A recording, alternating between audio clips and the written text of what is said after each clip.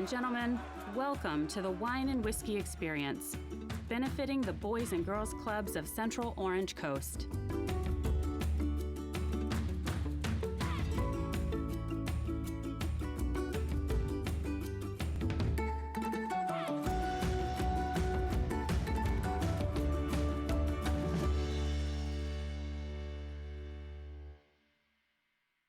Please welcome the CEO of the Boys and Girls Clubs of Central Orange Coast, Robert Santana.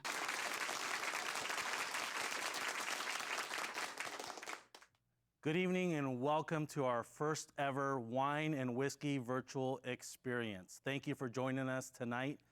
We are streaming live from our arduous Center for Opportunity here in the city of Costa Mesa.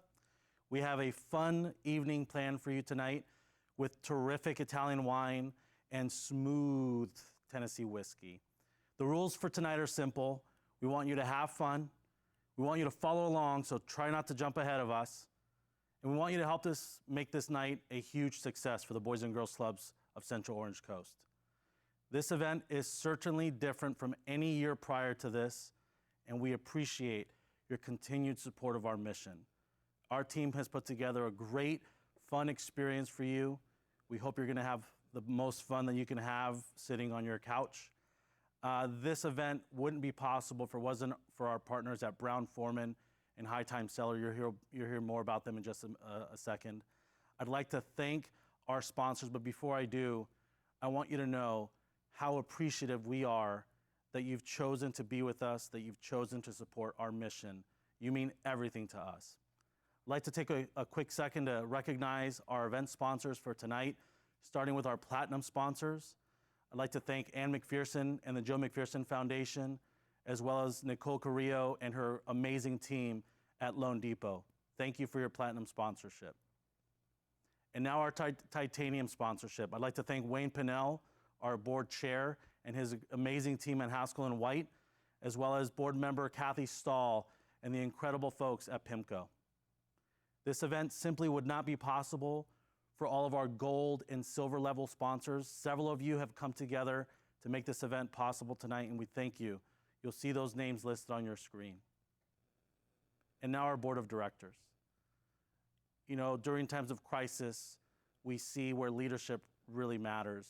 And I'd like to take a moment to recognize those board members that supported this event. They support all of our other events, but more importantly, they've helped us through this crisis step up, evolve, and continue to do the incredible work that needs to be done in order for us to meet the needs of the community. And speaking of leadership, I'd like to introduce our terrific Chief Operating Officer, Crystal Duran, and her husband, David.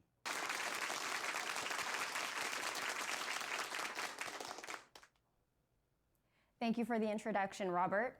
Good evening, everyone, and welcome once again to our Wine and Whiskey Experience. As Robert mentioned, tonight would not be possible without the support of our tasting sponsors, Brown-Forman and High Time Wine Cellars. To give you a little bit of background, High Time Wine Cellars has been a long-time supporter of the Boys and Girls Clubs of Central Orange Coast. Every year, they put on an annual chili cook-off where thousands of dollars in net proceeds go to benefit directly the members of our Boys and Girls Club. This year would have been the 14th year of that event. Since it couldn't happen, High Time Wine Cellars was gracious enough to provide the wine for this evening, as well as lend us their professional sommelier who will be joining us for the wine tasting. But before I bring him on, just one quick housekeeping item. We do have a chat feature in the virtual meeting, and so if you have any questions during either the wine tasting or the whiskey tasting, please feel free to put that in the chat box and we'll answer them as we are able. And without further ado, I'd like to bring in Todd Johnston, our sommelier.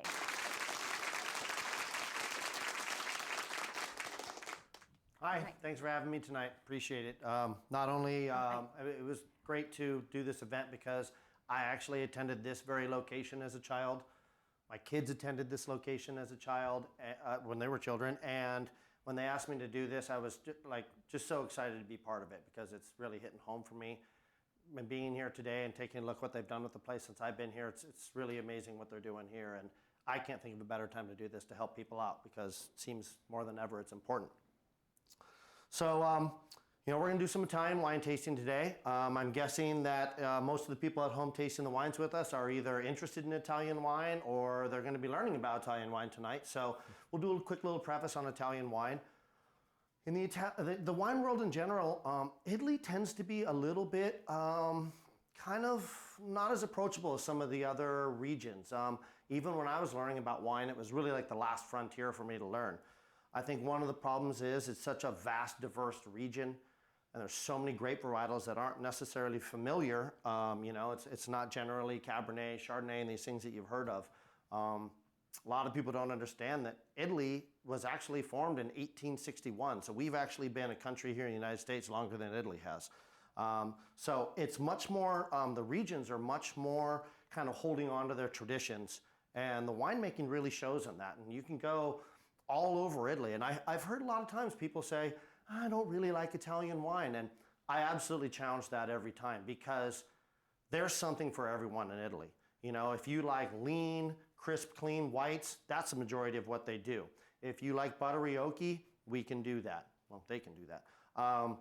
You know, in the north, you're gonna have much leaner wines, and if you like a little bit fruitier, more approachable wines, you can go down south where it's a lot warmer and they become much more like California wine.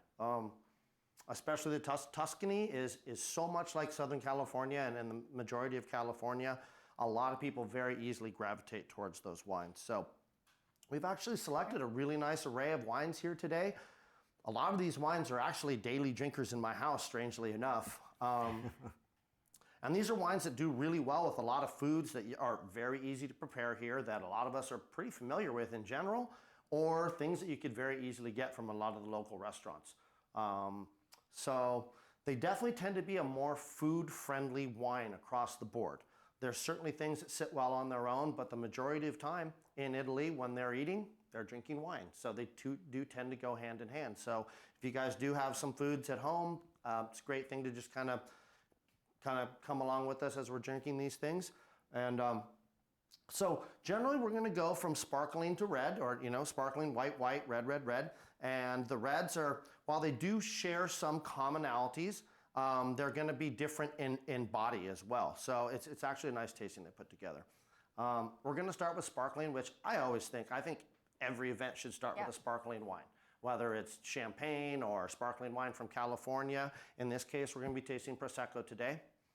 Adame is one of our top selling wines at High Time Cellars. It's actually a place I have visited. The grape in Prosecco is going to be Glera.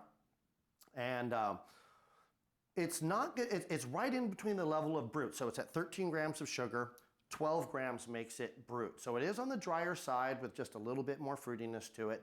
With the popularity of spritzes that's going on right now, it's an absolute classic. And we sell, for the first time ever, I saw us sell out of Aperol recently because so many people are making Aperol spritzes at home. And this is a perfect wine for that. I also think it does really well. I mean, I think there's some, it's great with calamari. It's great with melon and prosciutto. It's one of the few wines that will actually pair with asparagus, which is a difficult food and wine pairing. But I really like it, believe it or not, with Thai food because it does have enough fruitiness to kind of combat that. So we'll go ahead and jump in on this. So why do you start with a sparkling typically? Generally because they're light and crisp and clean, and that allows you to move on to other wines without doing too much damage to your palate. And they can even be palate cleansing in between wines. Right. So personally for me on this, and I think there's some wine notes at home that we provided you guys with, but I really get this lemon curdiness to it that I really like. It's right evident.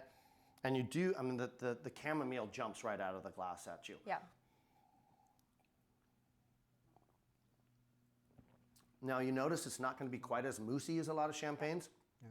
Prosecco in general tends to be a little less effervescent, which it's just the style. And they don't really have that yeastiness that a lot of the champagnes will have. They make it in a way that kind of preserves the fruitiness, which makes it a classic for a lot of brunches as well. Nice. Yeah, so that's... We're going to try this with Thai food next time we have one of my absolute favorite wines. We drink this all the time at home. I like it. Yeah. So the next wine we're going to move on to is the Turlano Pinot Bianco. To the rest of the world, it's Pinot Blanc. My personal mentor, Peter Neptune, who's the master somm, kind of local educator around here, has been on record many times saying he believes this is the greatest white wine producer in the world. For me, I call this the floaty armchair white because when you're floating in the pool at home and you want something crisp and clean and refreshing, this is my go-to, absolutely. A lot of times they're kind of freaked out by the bottle and they see it and they think it's going to be sweet. This is a bone dry wine. Okay. Being bone dry, it'll go with an amazing array of foods. Super food friendly. This part of Italy, previous to World War II, was actually Austria. So people in this area, blonde hair, blue eyed, speak German. All the food is German. Wow. And I mean, honestly, it'll go with just about anything. The classics are chicken dishes, vegetable dishes, pork dishes. Does great with an array of cheeses. This, I get a little bit more of that peariness. Yeah. A little bit of apple, pear. You still get a little bit of that lemonness going on. Acidity gives it that kind of fresh, kind of prickly, mouth watering. You know, your mouth starts to salivate a little bit. That's right. And that's acidity is crucial to the food pairability. And the refreshingness of it. And it's so light and crisp and clean. On the back nine, I really get a lot of lime on it. A lot of lime zest. Right. That's fantastic. Again, this is, I mean, I drink this all the time at home. It's great. So I hear a lot about like sugar in wines. What is your take on how to determine? This would be relatively lower in sugar comparatively. So the alcohol's low. I think it's right around 13%. Okay. And so that's going to allow it to, you know, be a little bit more, I guess, like lower in calories. Yep. You know, so people that are worried about having too much sugar. All right. Anyone at home who's worried about calories, drink this one. Yeah. That's great. Okay.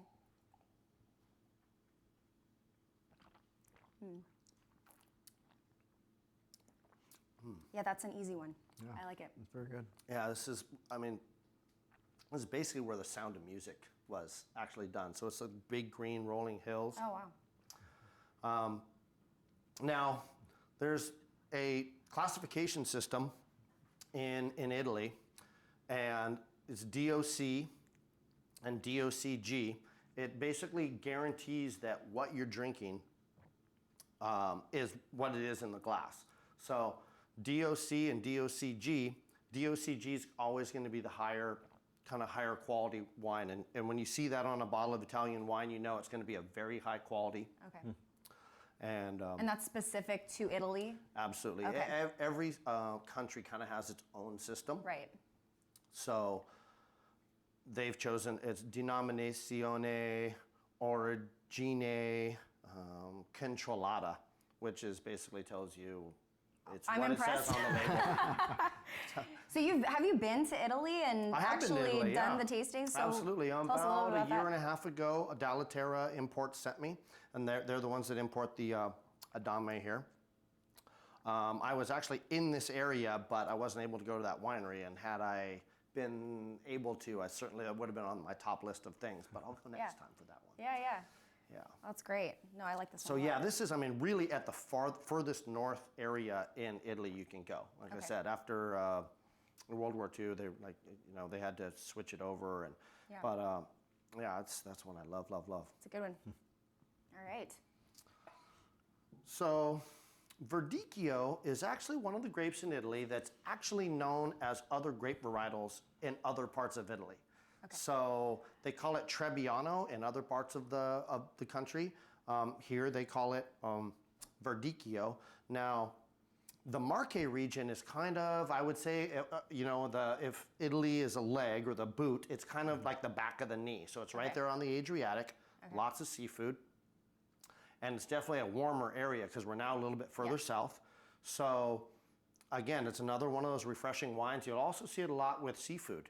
Now, you'll notice that there's a region within a region on here, and it says Metallica here. And it has nothing to do with the band. Metallica is actually a region a little bit further in from the coast, up in the mountains, so you do get a little bit of elevation there, and a little bit more warmth than you would get closer to the ocean. Okay.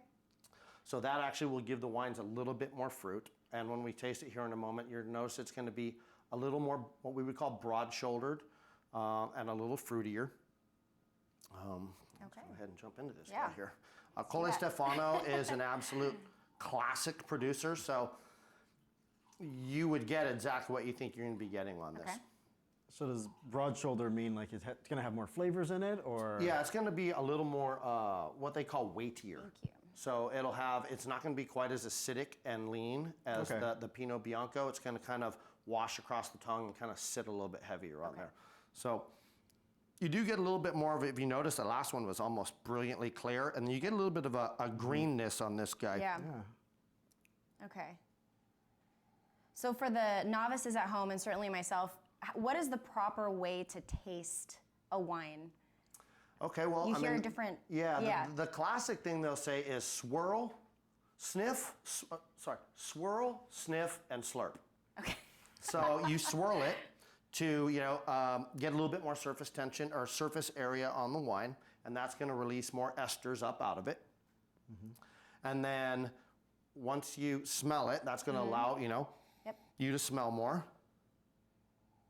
And then once you put it into your mouth, you do the slurping thing to kind of aerosolize it a little bit, and that allows because you smell mostly wine, so that allows your brain to kind of pick up more of those, but you don't necessarily have to slurp your wine every time you're at home. We'll spare that.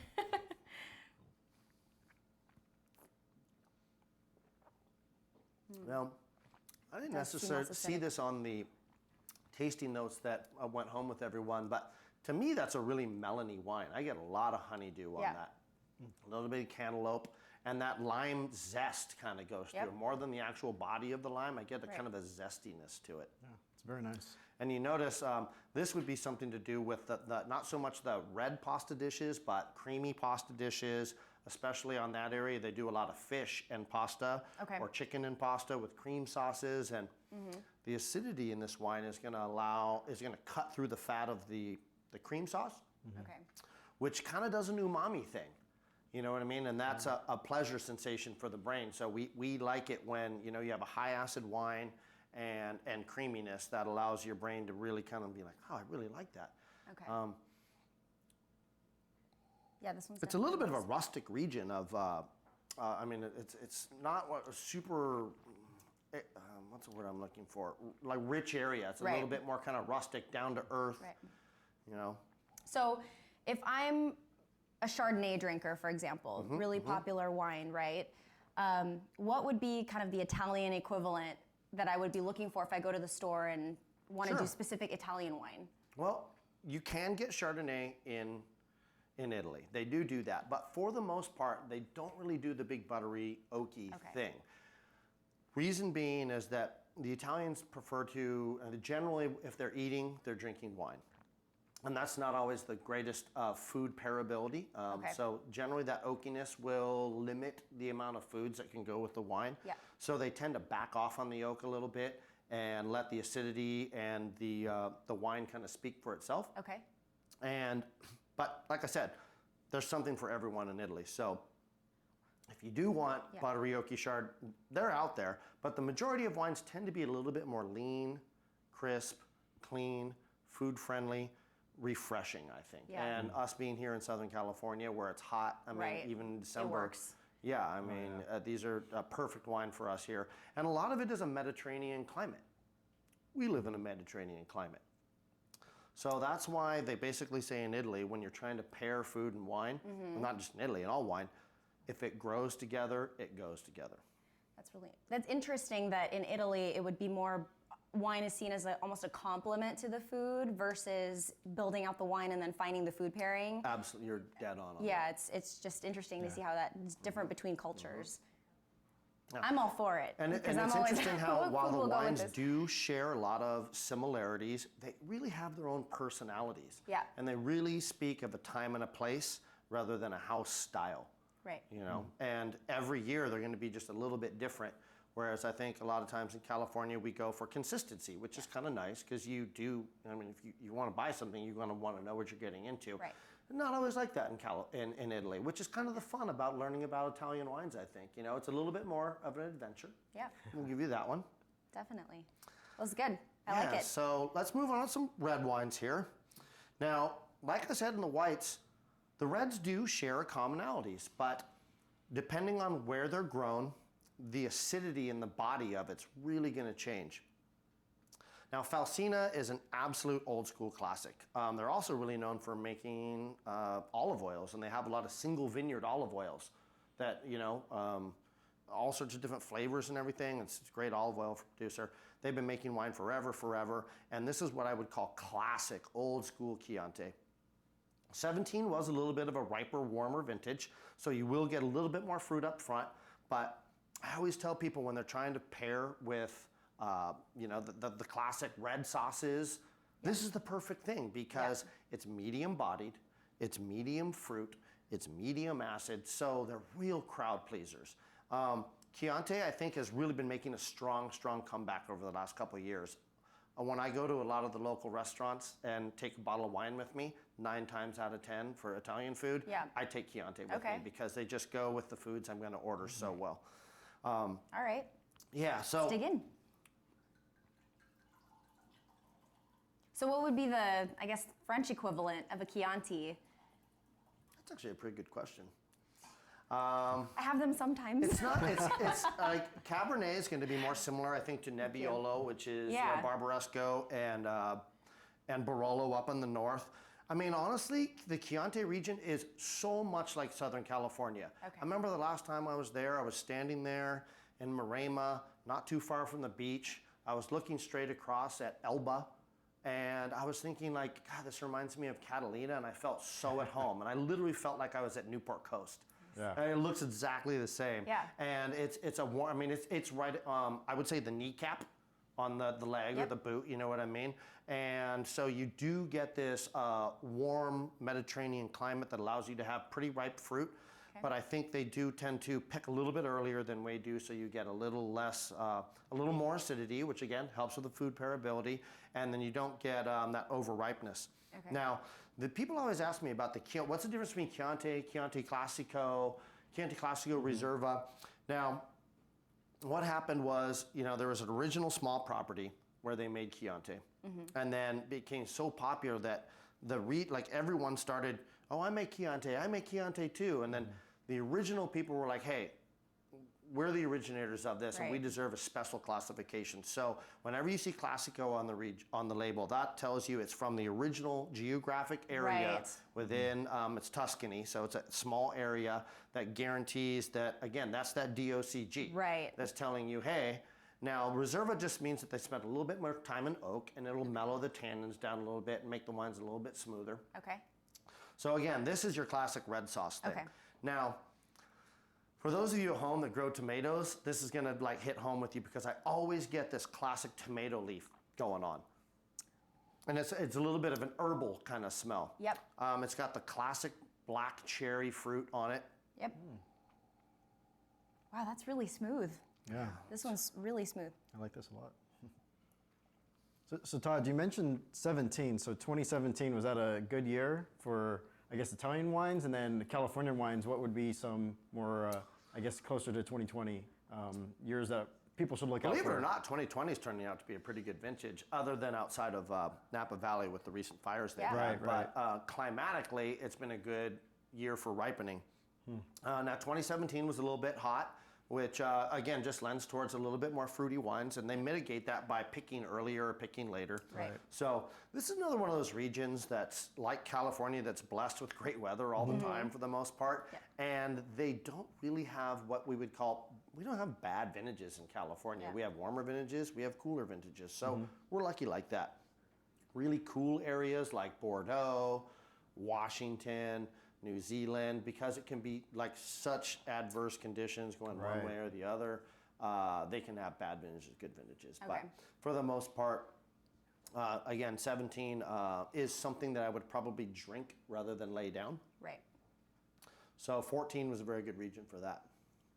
So you actually brought something up before we were on the camera, but I think it would be really helpful to explain the tannins and what that means in terms of how long you want your wine to age. Okay. Can you go through that? You're coming up with some great questions today. Okay, so tannin is, a lot of times people think tannin is a flavor, which it's actually more of a tactile sensation in your mouth. And the easiest way to just explain it, for those of you that have ever brushed your teeth and then drank orange juice, that is like you Yes. get that bitter kind of like your teeth sticking to Yep. your lips. Or for those of you that have ever peeled the skin off of a grape and ate that, Yep. or grape seeds, are extremely high in tannin.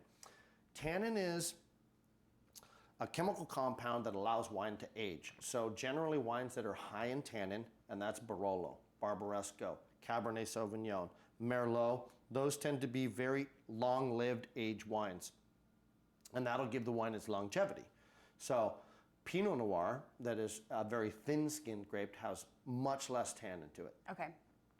So yeah, I mean, it's a crucial component for wine Yeah. ageability, but a wine that's high in tannin is not real pleasurable to drink when it's Right. young. But the thinner skin will not last as long, correct? Or in Well, they, like in the case of Burgundy and Pinot Noir, they have acidity that will allow them to age. So there's different components in wine, but got it. generally that's Yeah. Kind of a general rule of thumb, but not exactly. all the way across. I mean, that's the thing about the wine world is there's always an exception to Of every course, rule. of course. So similar to my other question about Chardonnay, Cabernet is a really popular red wine, Sure. especially in this area.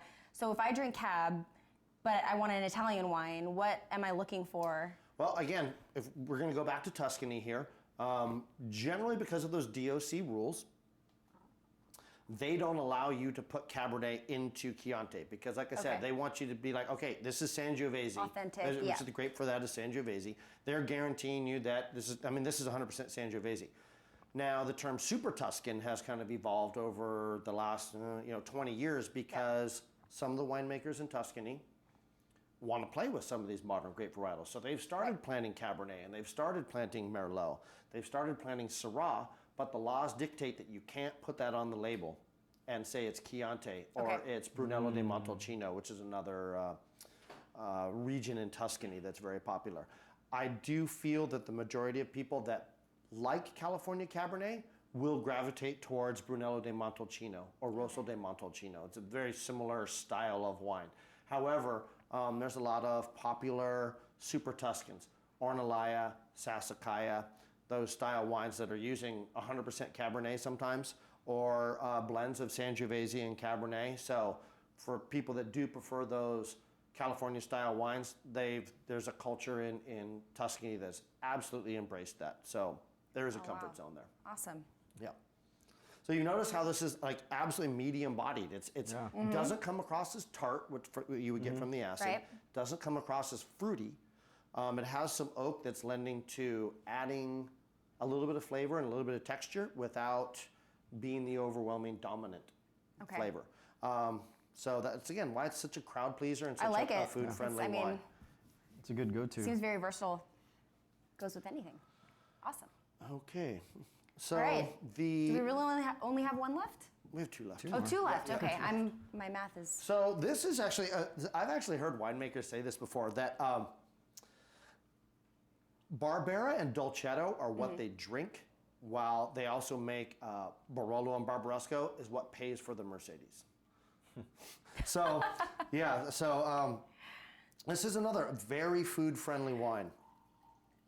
And this is another one of those things that people are like, Barbera, I don't know, I've never heard of that before. But every time I recommend a Barbera to someone, they come back and they absolutely love Oh, it. how funny. Now, you're going to notice comparatively the difference between this is going to be Thank you. a little bit riper, a little bit richer, and they do tend to put a little bit more oak on it. Now, so that oak thing is going to add a little texture, and it's also going to give you about a little bit of spice. And think pie spices, so cinnamon, cloves, nutmeg, those kind of things. It's a little bit of a darker fruit. Yep. So I get a little bit more like blackberry on it Yep. rather than I do. There's still some cherry on there, but I think there's some other berry fruit in there that I'm getting that is a little bit darker and it's a little denser as well, a little less acid. Oh, yeah. It's definitely got a little bit richer, Right. riper fruit. But I mean, you kind of get that tang at the back, Yeah. and that's the acidity. So that's, you kind of get the fruit while it's in your mouth, and as it Right. finishes, it kind of tightens up and becomes dry. If you have too much fruit, it's cloying, and it'll kind of stick to your mouth. No, it's still very and smooth. feel sweet. Yeah. This is the Barbera. So this is Piedmonte, which is where most of the truffles come from. So this is, like, if you're having truffle risotto, this is absolutely perfect. Parmigiano Reggiano is an absolute classic with this. Okay, perfect. So we kind of talked about this, but you walk into a store and I don't have a Todd, I don't have a sommelier, and I don't know much about wine. How do I know what to pick? I mean, what are some of the factors I can consider when picking out a wine if I really just don't know what I'm looking for? Man, you come up with such good Loaded questions up your today. question. Well, I mean, I would say one of the things that's going to give you a really good indication of what you're getting into is by looking at the alcohol content of the wine. Okay. Okay. I mean, it's a true story. So lower alcohol is going to tend to be drier wines, Okay. you know? So, and a higher alcohol wine is going to generally be a little bit fruitier. So like Zinfandel in California, there's some of the highest alcohols. So there's going to be 15, 16%, and they're pretty Okay. ripe and rich. Where then you go to, like, you know, let's just say Bordeaux, they tend to be around 12%. They're going to be much drier, earthier style Okay. wines. So it becomes a preference. You know what I Interesting. mean? If you like fruitier wines, Yeah. and that's what you're going for, then, you know, go for the higher alcohol wines. A lot of times, looking at the back of it and finding an importer, and that's trial and error. If you find an importer you love, then you're going to tend to like a lot of the same wines they bring in. Right. You know what I mean? And I just suggest coming in when you have a wine professional like me. I mean, that's what. Go to High Time Wine Cellars. People are always like, "Oh, Yeah. thank you." I'm like, "No, that's what I'm here for, Right. to help you That's guys true. figure out what you." So I always ask a lot of questions. So I mean, that's why we're there. So use Can you us. determine like how sweet a wine's going to be by the label? Generally by the alcohol, yeah. Oh, so it is the higher the alcohol content, would be the fruitier. Got it. Generally, Okay. again, Generally, there's that yeah, the an exception. exception to every Right. rule, but yeah, Yes. generally high alcohol translates to fruity. Low alcohol will translate to. Well, I don't think I've not liked any of these. I mean, No, they're they all picked out a They're all very good. they're all great. Okay, so the Gulfy here, this was actually off of my radar up until last year. I had someone gave me this as a Christmas present, believe it or not, and I was kind of like, oh, okay, and I kind of threw it in the wine cellar for a little bit. And one night I was like, let's pull this out, and I was shocked at how good it sold, or how good it tasted. And since then, it's been on my radar, and I recommend it to people all the time. Great. So this is actually, people could disagree that it's Italy, because this is Sicily. And the Italians are like the Sicilians are a whole different Yeah. people, and the Sicilians are like, we're not Italian. Right. So in the grand scheme of things, yes, it's Italy. So this is Nero d'Avola, which is going to be a little bit more similar to, we talked about Zinfandel earlier. It's going to be in that range. So being a volcano, you have a lot of high elevation. This is going to be grown down low, closer to the coast, where you get that warmer climate that's going to give you a little bit more richness and fruit. Right. There are stuff up at the top of the mountain that are going to be like Pinot Noir, where they're translucent and very thin-skinned and low alcohol. Like for Okay. those people that like Pinot Noir, Yep. that's where you go to Mount Etna. They're Oh, amazing awesome. wines up Okay. there. So again, this is down lower to the coast, a little riper, richer. To me, I get Ooh. raspberry sorbet on this, like so obvious. I got that. And I even get a little bit of like persimmon and pomegranate on it. So Okay. this is I my don't know this if is I my got that, but that's- quintessential Yeah. burgers and pizza wine. Okay. I mean, That was going to be my next question: is what food goes with this is wine? right around I think it's right around $20, and for $20, like you take this home and have it with pizza and burgers. Okay. It's just I like great. that. The classic pairing is in Sicily, lots of eggplant. So eggplant Parmigiano would be the thing with this. And like I said, it's if you notice of all the wines, this is definitely going to be the most dense, the richest and ripest, because it's the furthest south. Yeah. So the closer you get to the equator, the warmer it gets, the bigger the wines get. Oh wow, that's great. Yeah, is I very nice. absolutely get that pomegranate. Yep, I'm getting it now. We have a pomegranate tree in our Yeah. backyard, so I've become accustomed to that taste. And comparatively, very low in tannins. Yeah. It's just smooth across the palate. It Okay. doesn't have any of that kind of bitey bitterness to it. Right. Not something that aged for a long time. These other reds will age for, 5, Right. 10 years easily. This, I think, is a little bit, I would call it a sprinter rather than a long distance Okay. runner. So in theory, you could find a wine like this, and it could be from 2018 or 2019 and be perfectly good Yep. because it's it has the lower tannins. Yep. Awesome. So I think we're wrapped, right? This was amazing. I don't know that I tried a wine that I didn't like. All This of them was were you had great. great Thank you, Todd. recommendations. So just a quick reminder, thank you, Todd, for taking us through all of this. My absolute pleasure. But just a quick reminder for everyone that we do have the silent auction going on. So if you are logged in or are able to access it through your phone, just please feel free to do that. I know we have some bidding wars going on already, so continue to do that. Continue enjoying your wines. We are going to take a brief recess to kind of reset things so that we can go into our whiskey tasting. But Todd, this was incredible. I definitely learned a lot from you, and your passion definitely shines through.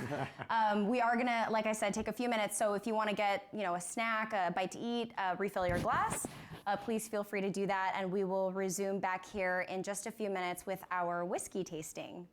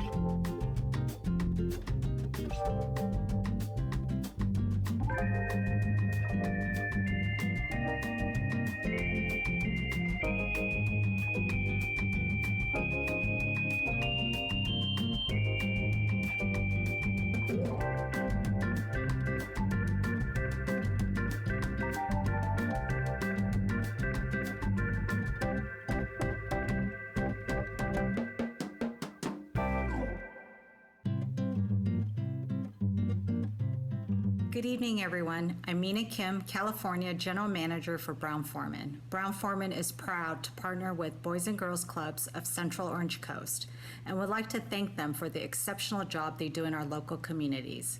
We look forward to another great year with the Boys and Girls Club. We hope you enjoy tonight, and thank you again. And welcome back, everyone. We are about ready to live stream Colin Coleman, our whiskey sommelier from Brown-Forman, our friends at Brown-Forman. And I'm very fortunate to have a lot of friends, but having a friendship with a liquor company certainly has its benefits. We'd like to thank our partners at Brown-Forman for not only the support that they've given us over the years, but tonight, your whiskey is thanks to our friends over at Brown-Forman. So they have over 25 liquor brands, including iconic brands like Jack Daniel's, Woodford Reserve, Chambord, and Corbel.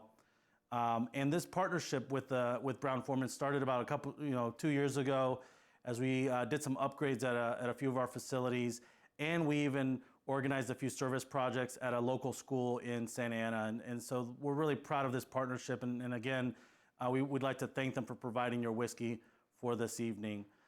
Tonight is an opportunity for them to share their expertise and have an opportunity for us to experience whiskey through a unique lens. I think I'm standing between you and your whiskey right now, so I want to confirm that Colin is live now. Thank you, Colin, for being here and for joining us tonight.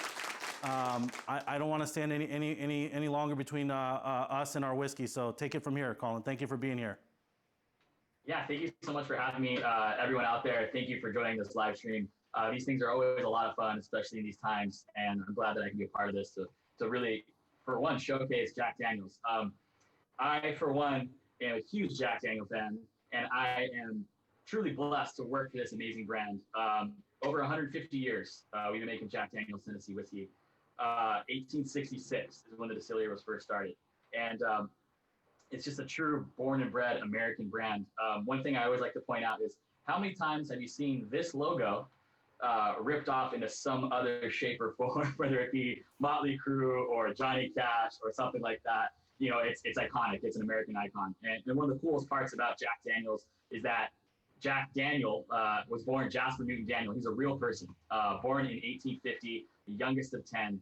He was ran away from home at about 10 years old.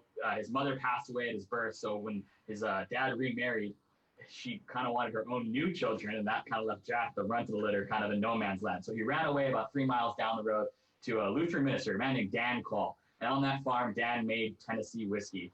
And unfortunately, it's before the Civil War, during the time of slavery. And Dan Call had a very specific man who was the best whiskey maker there. His name was Nathan Nearest Green. And if you can imagine yourself being a kid at that age, what do you want to do? You want to do all the bad things, like make whiskey. So as Jack worked on the farm with Dan, cleaning up this and that, he could keep begging Dan left and right to please let me make whiskey with Nearest. And finally, Dan said yes, and Jack got to learn how to make whiskey with Nearest Green. You fast forward a little bit, the Civil War happens, the Emancipation Proclamation. At that same time, so much destiny is involved in this brand that Jack's dad passes away, and unfortunately passed away, but he leaves him an inheritance of about $25. And at that same time in American history, the temperance movement was really taken off. And of course, Dan Call being a Lutheran minister, his wife was definitely not happy with him making whiskey. So happy wife, happy life. He chose to choose the Holy Spirit as opposed to the whiskey spirit. And with that $25, Jack Daniel bought his whiskey still and then hired Nearest Green to be his first master distiller as part of his company. So you can imagine a 16-year-old kid and this kind of old veteran whiskey guy. I kind of think of it like Back to the Future, you know, Doc Brown and Marty McFly. You know, it just makes sense for some reason. It just works when you watch it. So for about another 20 years, there's actually 18 years, Jack and Nearest kept making Tennessee whiskey. And Jack was just such a good hustler, a businessman who was really just all about selling his whiskey, and he really did everything he could. To the company grew so much that they eventually had to move their operation, which was a small, tiny little pot still, to about 5 miles down the road to a place called Cave Spring Hollow, which is actually where the distillery has been till this day. Now, Nearest was getting a little old. He kind of wanted to get out of the game. However, his 2 sons actually went with Jack to the new distillery, And there has been a member of the Green family actually working in some way, shape, or form with for Jack Daniels till this day. It's really cool story. Jack Daniel is a unique individual, 5'2", size 4 shoe, real tiny guy, never married, never had any kids. Although being youngest of 10 and having a lot of stepkids, he definitely had a lot of nephews, things like that. So in his later age, he had his nephew Lem and Dickie Daniel join the company with him. And unfortunately, about the time of 1912, that's when Jack passed away. And he left the company to Lem Motlow. If you could think about before Prohibition, it's just such a tumultuous time, and the Industrial Revolution, things are really kind of taking off. But if you think of a tiny little town, Lynchburg, Tennessee, that is still to this day only 600 people, one street light. Everybody in that town is about the Jack Daniels, and it's really truly a blessing when I get to go there. Now, me personally, I'm actually from Kona, Hawaii. I was born and raised in Hawaii. Very, very lucky to be from paradise.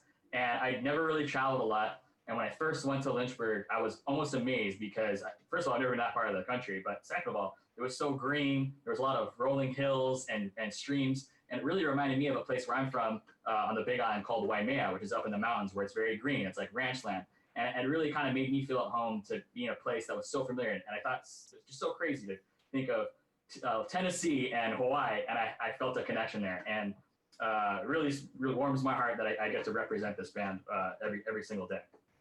Now, if you fast forward through the years after Prohibition, we were very, very lucky that in 1940s, a man by the name of Frank Sinatra picked up this bottle and thought this is going to be his calling card for the rest of his life. The old story goes that he's sitting at the bar and he's with Jackie Gleason and he's complaining about his wife, Ava Gardner, about this, that, and the other thing. And Jackie just wants to shut him up. And so what does he say? Hey, Frank, you like whiskey? Yeah, I like whiskey, he says. That's great. Let's get drunk. You ever had Jack Daniels? Never heard of it. And if you could believe that, it's 1940s, right? So Prohibition ended in 1933. And Tennessee actually had Prohibition longer than the country's Prohibition. So we actually couldn't start making whiskey again until 1938. So about 1942 is probably, it takes 4 years to age whiskey. That's probably when the first bottle of Jack Daniels came out. And there you have Frank Sinatra sitting at the bar at Jackie Gleason, and he takes that first sip, and once it hits his lips, it's so good, it never turns back. Frank would then go on to drink it everywhere he went. He would get on stage, he would hold up his whiskey, 2 fingers, 3 rocks, and go, ladies and gentlemen, let's give a big thank you to Mr. Jack Daniels, the nectar of the gods. True story. I think he created the catchphrase nectar of the gods from, obviously medieval times or whatnot, what have you. But going through the years, just kind of how it took over pop culture with rock stars like Keith Richards. You have Tom Petty, Motley Crue, Lemmy Kilmister from Motorhead. And to this day, Tennessee, specifically Nashville, being kind of the country music capital of the world. And now that country music's bigger than ever, and Tennessee's where we make Jack Daniels. Now this is kind of the new icon of our country music rock stars, guys like Eric Church, Chase Rice. We never pay anyone ever to mention our product in a song. We never pay anyone ever to say they love it. It's a born and bred thing, and it's just an American beauty, what I can say about it. Anyway, that being said, why don't we transition into tasting some whiskeys?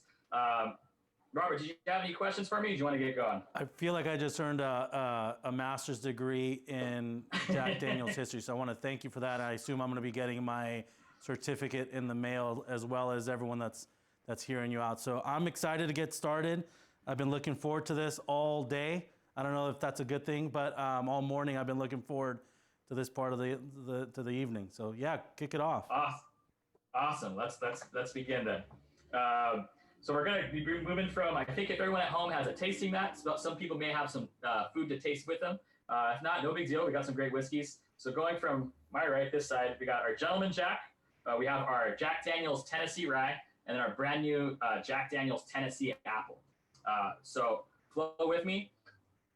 First, let's talk about Gentleman Jack. Now, we've been making Jack Daniel's Old Number 7 for about 130 something years. And it wasn't until the 80s that we decided, hey, let's try to create a new product. Now, in the 80s, there was one other type of spirit out there that was really taking over the market.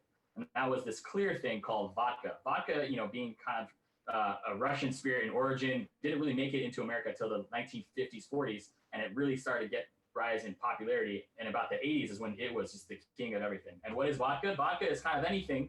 You know, you can take whiskey, and if you kept distilling it over and over, it becomes vodka. You can take tequila, if you kept distilling it over and over until you get it really, really clean, it becomes vodka. And what vodka really is at the end of the day is a very clean, almost flavorless distillate, right? And so you have this kind of clean thing. That's where it's attractive. You can add it with Sprite or cranberry, just mixes well. But with whiskey, we love the flavor of things, you know, especially the barrel, the color, the vanilla that you get. So in the 80s, where people are high on vodka, we wanted to try to capture some of that audience by creating our own very light, approachable whiskey. And that's where we created Gentleman Jack. Now, to be a Tennessee whiskey, you have to do something very specific, and that is this process called charcoal mellowing.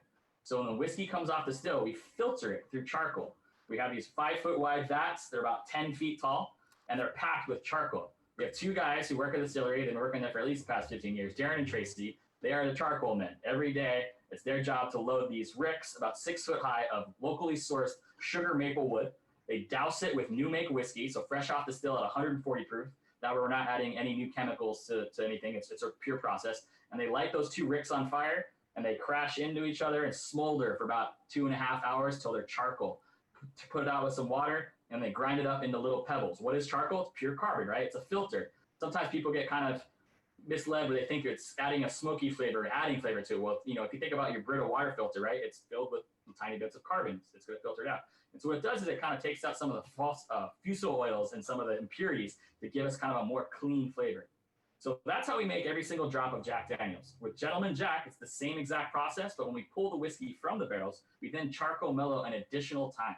So we're getting it a little even cleaner, kind of lighter flavor. And that really highlights some of the kind of more fruity notes. So that being said, let's go ahead and taste our first whiskey. Now, when you taste the whiskey, you're going to want to bring the glass to your nose. Not too much, just give it kind of a nice aroma, and give it a little sniff and tell me what you guys think. So, Colin, we just wrapped up our whiskey tasting. So I guess the rules should apply here. Normally when we go to a bar, we order a shot of whiskey, you shoot it back. But when we have a nice whiskey like this, we want to take the time. I assume we want to swirl, we want to sniff before we taste. Is that the rules for today as well? Yeah, definitely. You definitely want to get a sniff. You don't have to necessarily swirl. And when you swirl the whiskey, you can actually kind of agitate some of the more alcohol vapors. And those are the things that, you know, you put your nose in there and you sniff and it burns really hard. But you just kind of want to kind of gently put it over there and just give it a little bit of a whiff. And with Gentleman Jack, I always really get sliced pear, apple, and especially a little bit of banana, right? And so those are kind of like the hints of fruit flavors in there. And then, of course, you're going to get a little bit of vanilla and hook. So let's go ahead and take a sip if we haven't already.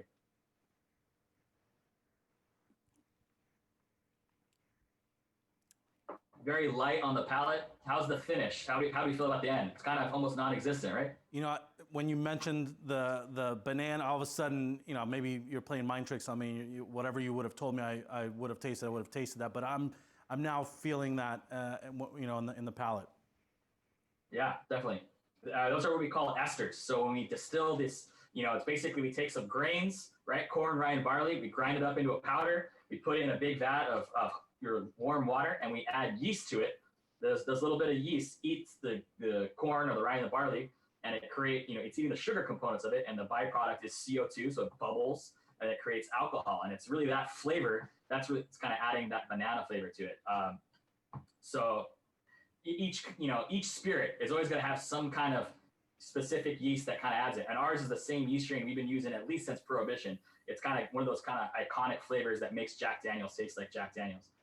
But on top of that, it's just a really clean flavor for Gentleman Jack. And especially that charcoal mellowing, the double mellowing process that it goes through, has a very, very clean finish. And so for me personally, whenever I'm introducing people to whiskey, I always start with Gentleman Jack.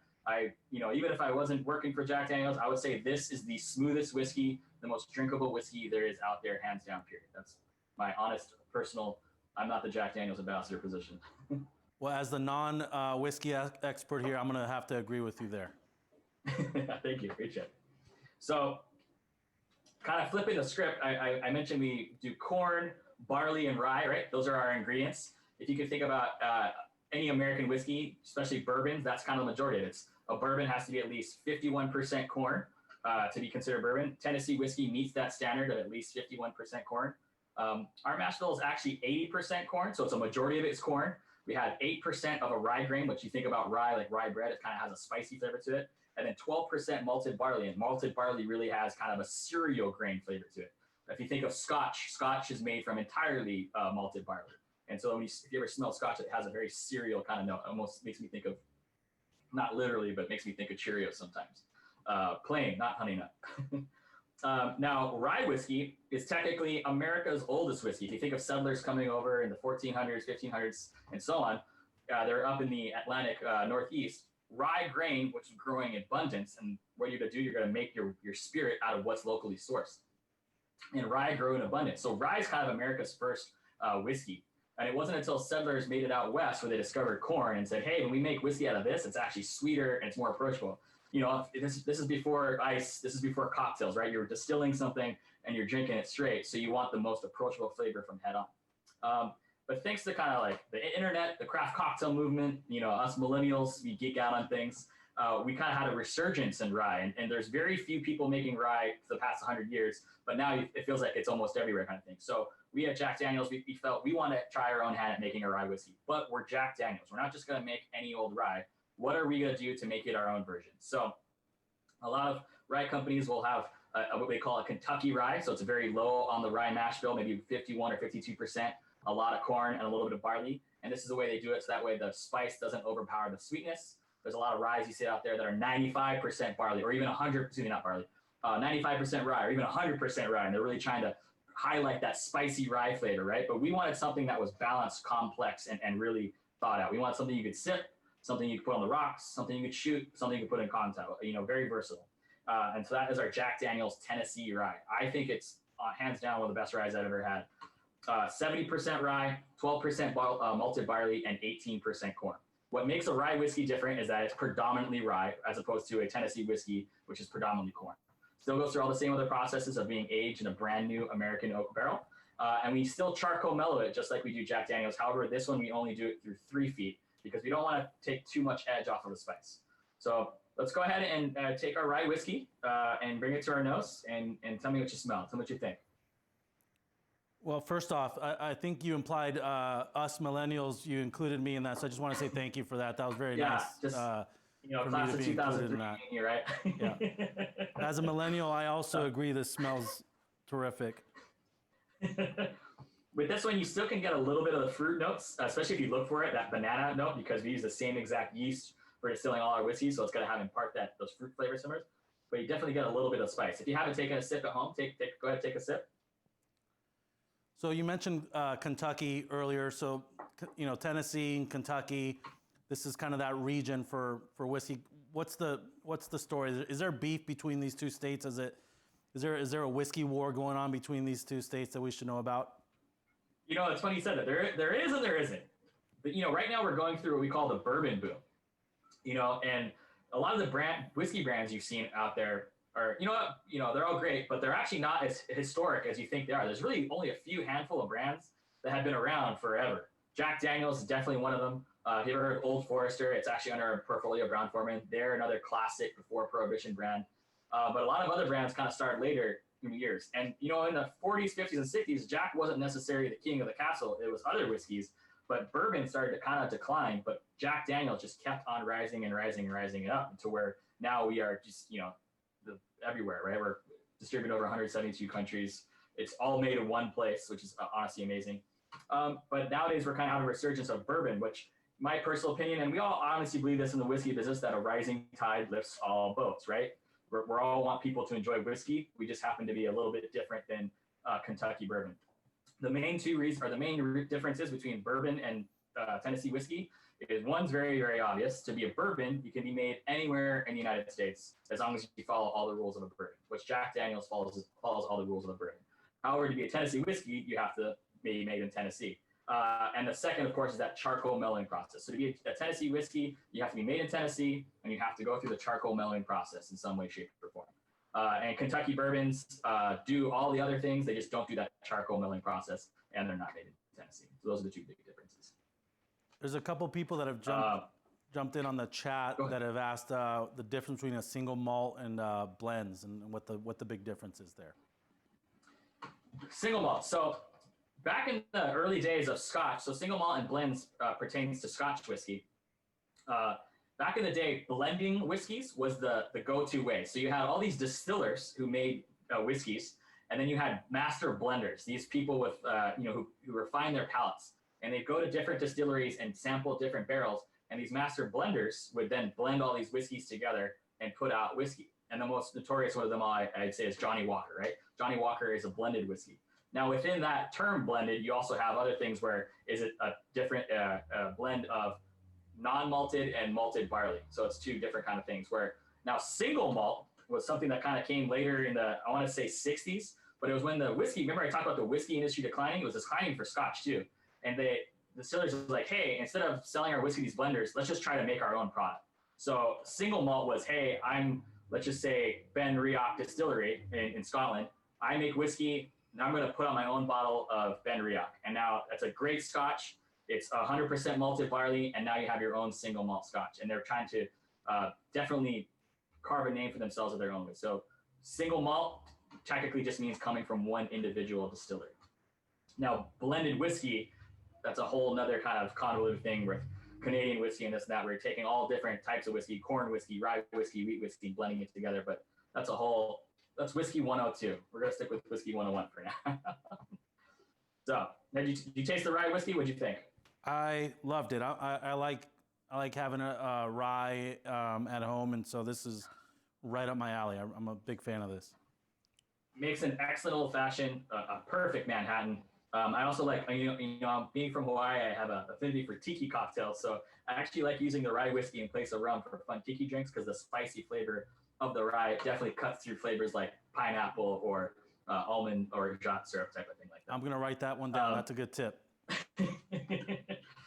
So moving on, we tasted our very light Gentleman Jack. We had our Tennessee rye whiskey. And last we have our Jack Daniel's Tennessee Apple. Now, when we do one of our flavored whiskeys, what kind of sets it apart from other flavored whiskeys is, for one, it's Jack Daniel's. So we use our same exact Old No. 7, and then we'll add a liqueur, an all-natural liqueur that we'll make ourselves. So the liqueur we make is with Red Delicious, Macintosh, and Granny Smith apples. And what kind of sets our apple whiskey apart from others, I would say, is that, for one, it's nowhere near as sweet as other kind of flavored whiskeys. And on top of that, the apple flavor is just so rich. And this, I'm kind of a whiskey guy. I love drinking whiskey neat. I'm mixologist, craft cocktails. But when it comes to flavored whiskeys, this one is kind of like my guilty pleasure, if you will. I love having fun with it. It's so fun making cocktails. So let's go ahead and try this Jack Daniel's Tennessee Apple. Go ahead and give it a smell. Just right off the bat, it just has so much apple flavor. For those of you at home, you can definitely smell that apple as soon as you take that smell. And if you're pairing food at home, I gave us some suggestions with maybe some kind of blue cheese or pear with the Gentleman Jack, maybe something more savory like chicken or meat with the rye. And this Jack Apple or Jack Honey, Jack Fire, always pair well with any type of dessert dishes. This Jack Apple is great as like a sauce and like an apple pie or something like that. And go ahead and give it a sip at home if you haven't already. It's just so delicate. You still get a little bit of sweetness, but it's not overly sweet. So yeah, if you want to shoot it, it's easy. I keep a bottle in my fridge for when I have friends over. But I just did this last minute because I just kind of thought it'd be funny. But LaCroix, I'm a huge LaCroix fan, right? We all are flavored club sodas. And one of my favorite things, this is LaCroix Raspberry Cranberry. And I do 1.5 ounces of Jack Apple. We'll send LaCroix an invoice for the product placement that you just gave them. I never do plugs like this, like any bigger things, but it's just at home. I love it. Honestly, Jack Apple, Raspberry, Cranberry, LaCroix. Squeeze a little bit of lemon in there, and now you have something 1,000,000 times better than a White Claw or any of the seltzers out there. And it's just so delicious. Well, full transparency, Colin, I was kind of not exactly excited about the apple whiskey, but it is my favorite of all the three. So I'm really glad that I had the opportunity to taste it. I have one question, my last question before we wrap up. It's a really nerdy question, and it's probably I'm gonna lose all my cool points if I had any at the beginning of the night. But Some people spell whiskey with an E, some people don't. In fact, we actually got a couple emails for the invitations that we sent out to this event trying to correct us. Can you kind of end that debate for us? Which one's right, or what's the reason there are two? Yeah, originally whiskey was spelled with no E, just a Y at the end. And, whiskey originates from Ireland and Scotland. So earlier in the 1700s, 1800s, when you had the settlers coming over to America, some people kept with that tradition. A few brands still keep out the E, but adding the E in there kind of became a part of kind of Americana, and it kind of separated American whiskey from Scotch whiskey. So if you look at every Scotch brand, every single Scotch brand out there is going to have no E, just whiskey with a Y at the end. And almost 99% of American whiskey brands throw the E in there. We, of course, put the E in there. And honestly, it's just dealer's choice. Some people do it to try to, set themselves apart. But honestly, that's the truth. There's nothing really. What a classic American thing to do. We just made it our own. We added our own letter to it. So thank you, Colin, exactly. for joining us tonight, man, and for sharing your expertise. This was such a cool experience. So thank you for supporting us. Thank you, Brown-Forman. I'm going to send it over to Crystal now. Thank you. Thank you so much for having me. You at home, thank you so much. Have a great night. Take care. Drive safe. Drink responsibly.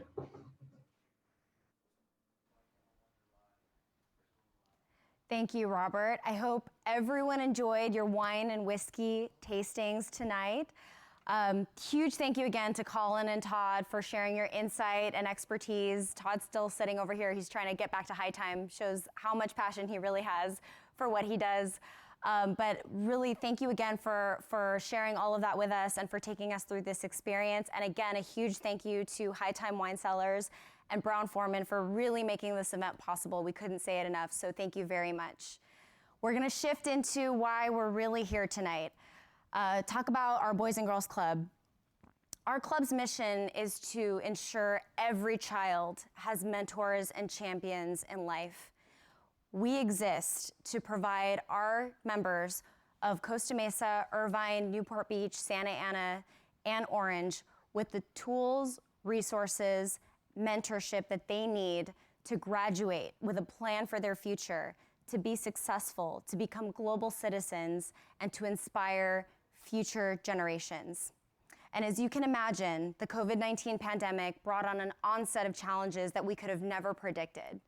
And I'm so proud of how our club has responded to those challenges to ensure that we continue to support the communities that we serve. And so I invite you to watch this video to see just how our club has supported the families and members of our communities. Take a look.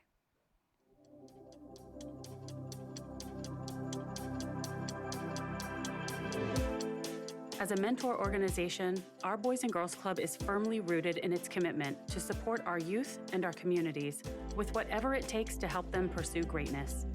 Our mission is to ensure every child has mentors and champions in life, regardless of their background or zip code, and no matter what comes our way. That's not something we take lightly. The COVID-19 pandemic has affected everyone, especially those most vulnerable in our communities, and it has widened inequality gaps that already exist. The long-term effects are not yet fully known and cannot be underestimated. Without the vital resources that schools provide, there's an increased likelihood that disadvantaged students will fall further behind and vulnerable communities will be impacted disproportionately. The one certainty through all of this is, our kids need us now more than ever. We will continue to execute our mission and remain focused on doing whatever it takes to help our members pursue greatness, even in times of uncertainty. Our team continues working tirelessly to ensure we get through this in a way that supports those who need us most, our kids, our teens, and our communities. Every child has the potential to do great things, and our Boys and Girls Club is committed to providing support and resources to help them tap into their greatness. So whether it's a mentor to help students navigate academic challenges or simply a backpack filled with school supplies, these things make a big impact for success in school and in life. Our clubs are working closely with our school district partners to ensure we provide what our students need right now. From offering in-club and virtual support for distance learning to distributing technology and school supplies so that all students have access, we are doing whatever it takes to equip students for success. Safety in our club facilities remains our top priority. We have implemented a comprehensive health and safety plan that helps protect our members and staff. Our protocols include limiting building capacity, daily wellness screenings and questionnaire, temperature screenings, ongoing deep cleanings and sanitation of equipment, lowered mentor-to-member ratios of 1 staff for every 10 kids, a dedicated program space for each group, physical distancing, and general hygiene protocols around hand washing, dress code, and wearing the proper PPE. Through our in-club programs and our ongoing virtual services, we are helping kids make up some of what they lost in their disruption to their school year. Both programs are designed with a variety of enrichment activities that keep members academically motivated and socially connected, and encourage exploration and discovery. We've launched our virtual teen center to continue empowering teens with the skills they need to successfully navigate high school and transition into adulthood. For the high school students in our College Bound program, we provide online mentoring and resources that maintain a continuity of support as they work towards their goals of higher education and career. We believe today, more than ever, that these students can break a cycle of poverty by unlocking their future potential through the power of education. We continue to join forces with our network of partners to direct essential resources to the youth and families in our communities who need them the most. Through weekly food distributions, access to healthcare, family fun activities, access to technology, supportive distance learning, and blood drives. Our commitment is unwavering, and we will continue doing whatever it takes to serve as mentors and champions for our youth and to meet the needs of our community.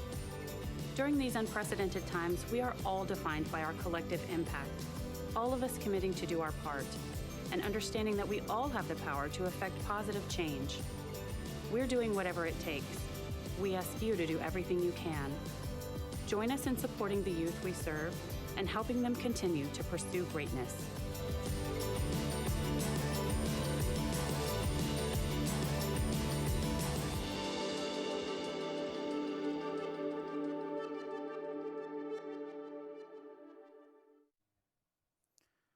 You know, sometimes a video captures what you do. And then there's videos like that that capture why you exist and why you're relevant in the community. To see our staff step up during these last several months and to see them recognized in that video, something that I'm extremely proud of.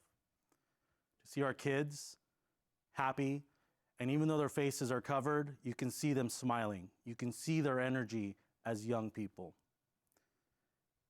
As we look at the last few months of that we've experienced these challenging times, I think about the organization and why we exist and why families depend on us.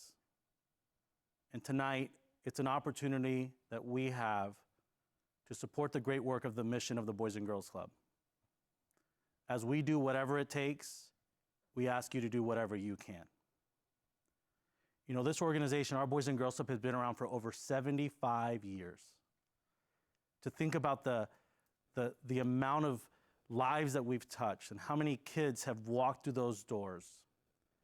To think about the relationships that we've built. To think about how many tough days we've helped people through over those 75 years. To think about how many national crises have gone on and how our Boys and Girls Club has always stepped up. That being said, these last few months are certainly way different than any year before us.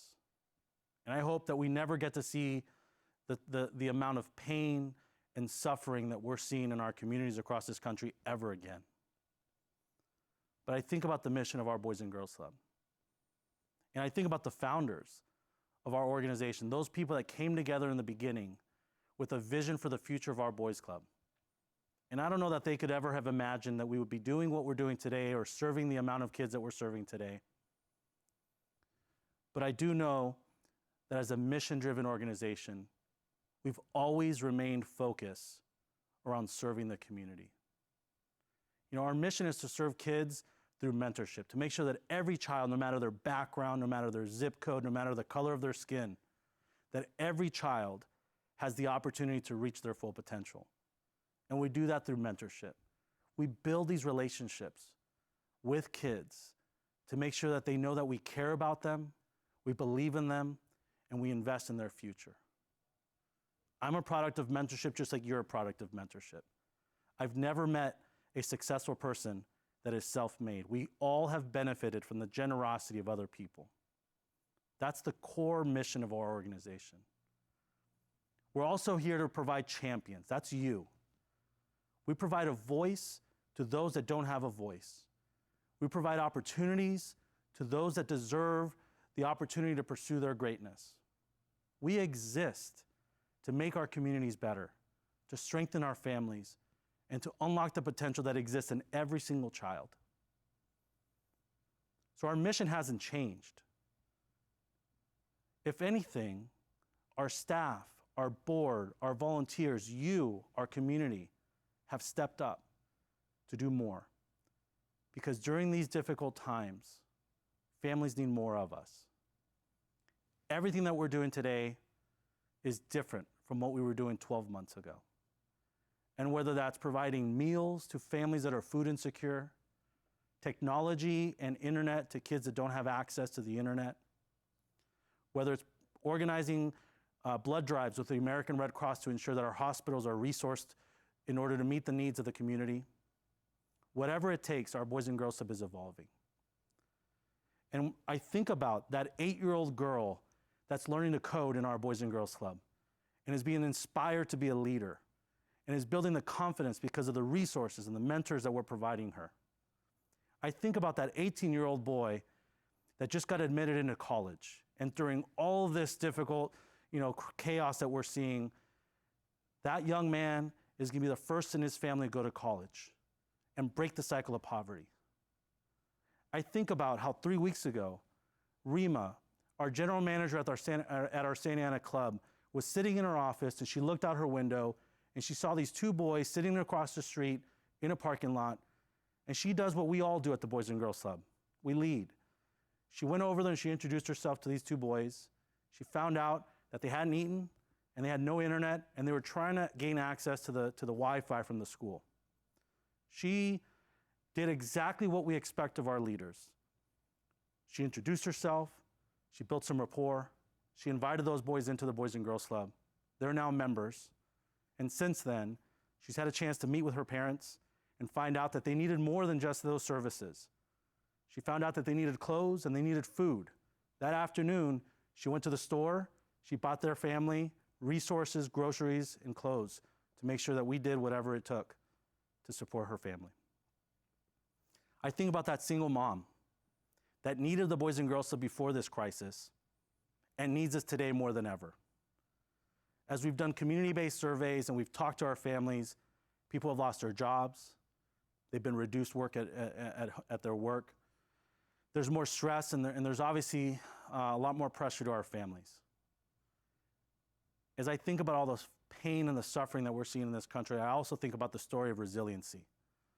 The resiliency of this organization, the resiliency of our communities, and the resiliency of every family that we serve.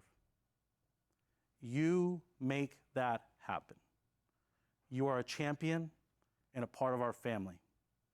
And I want to thank you on behalf of my family, on behalf of every kid that we serve, and on behalf of every child that we will serve someday for being a part of this organization. In just a moment, we will launch our Sponsor a Youth opportunity. This will give us all a chance to donate directly to the mission of the Boys and Girls Club. But before we do, I want to show you a quick little video from our kids.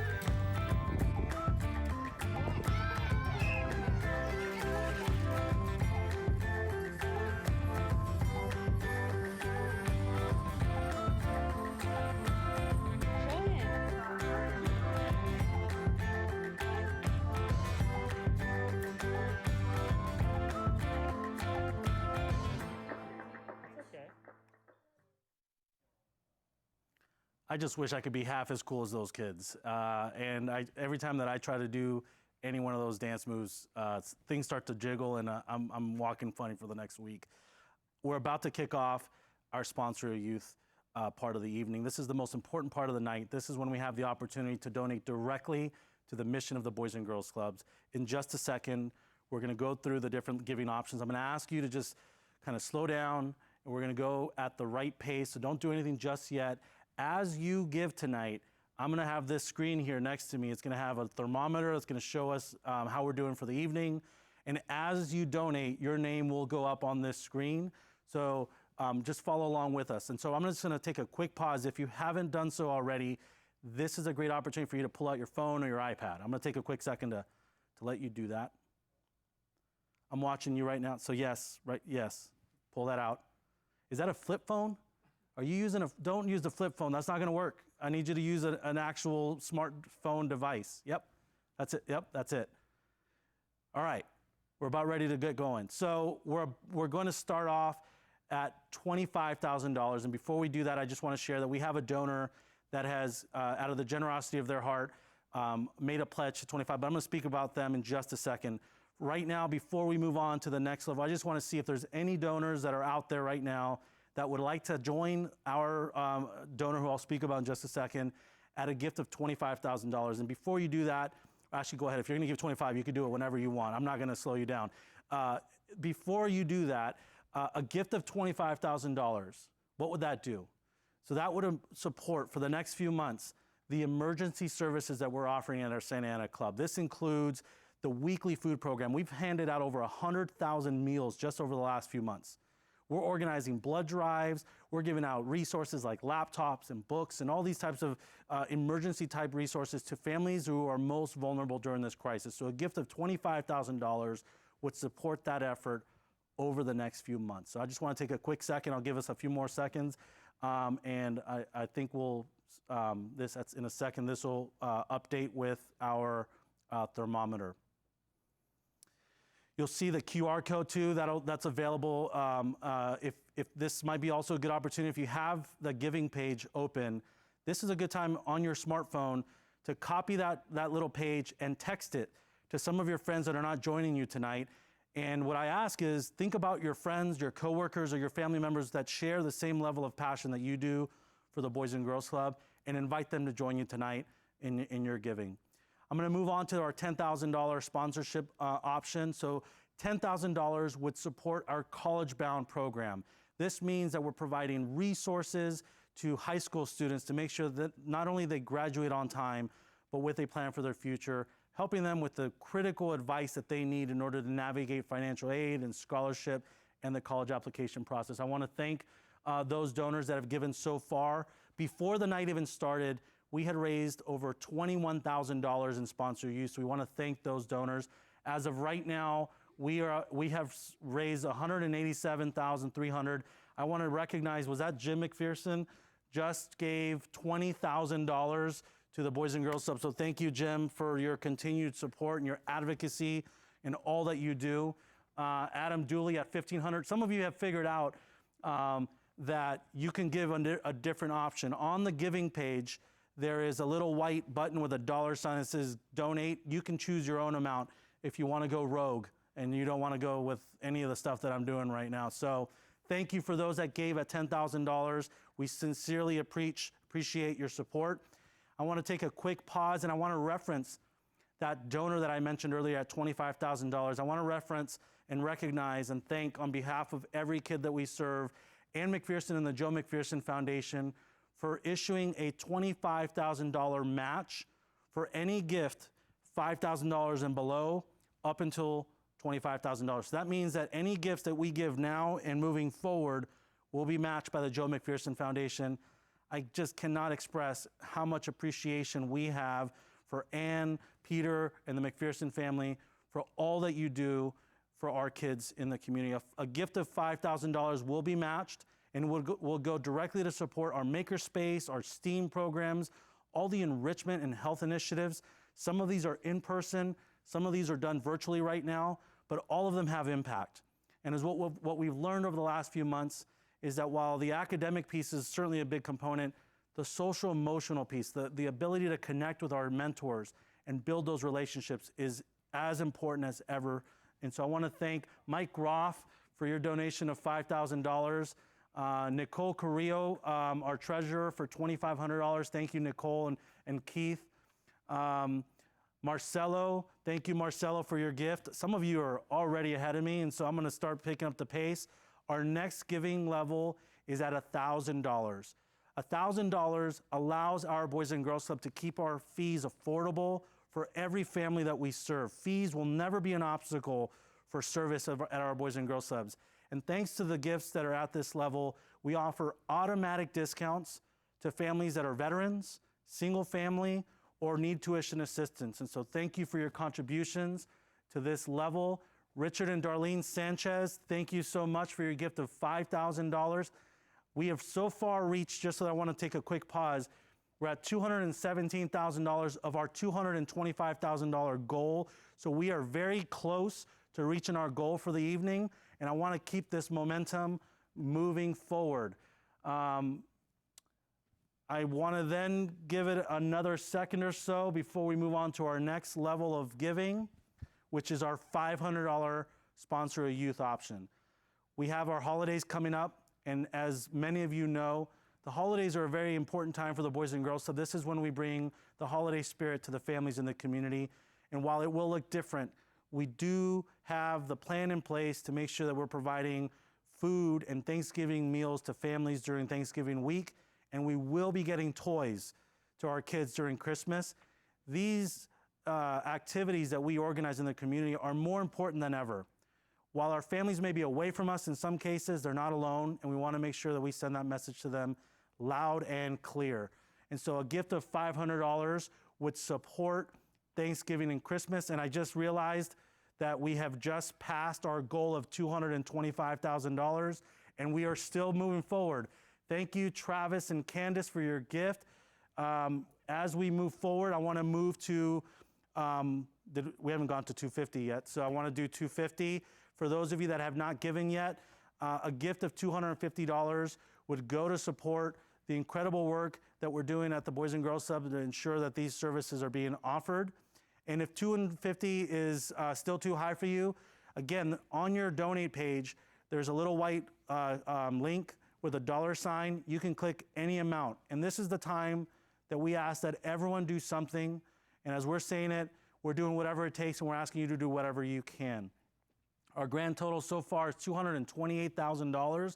We are near the end of the evening, and I just cannot express to you how appreciative we are and how much you mean to us that during these difficult times and during Zoom virtual wine and whiskey event, we have raised almost as much, if not more, than we raised last year. We are almost at the 230,000 mark, and I'd love it if we can get there. And so this is what we'd like to do before we wrap up for the night.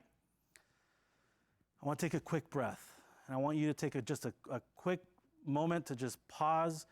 You've had a lot of whiskey, you've had some wine, and I would encourage you to make horrible financial decisions on behalf of the kids we serve.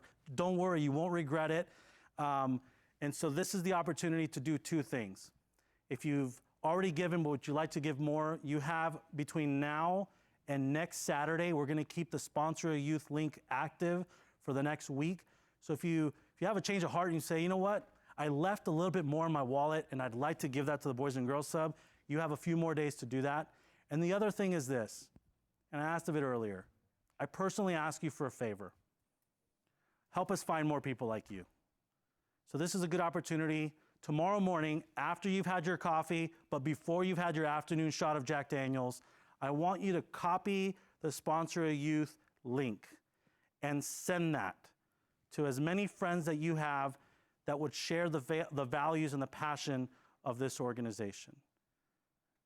Share with others the generosity that you have and the passion that you have for our mission, and help us keep this momentum going.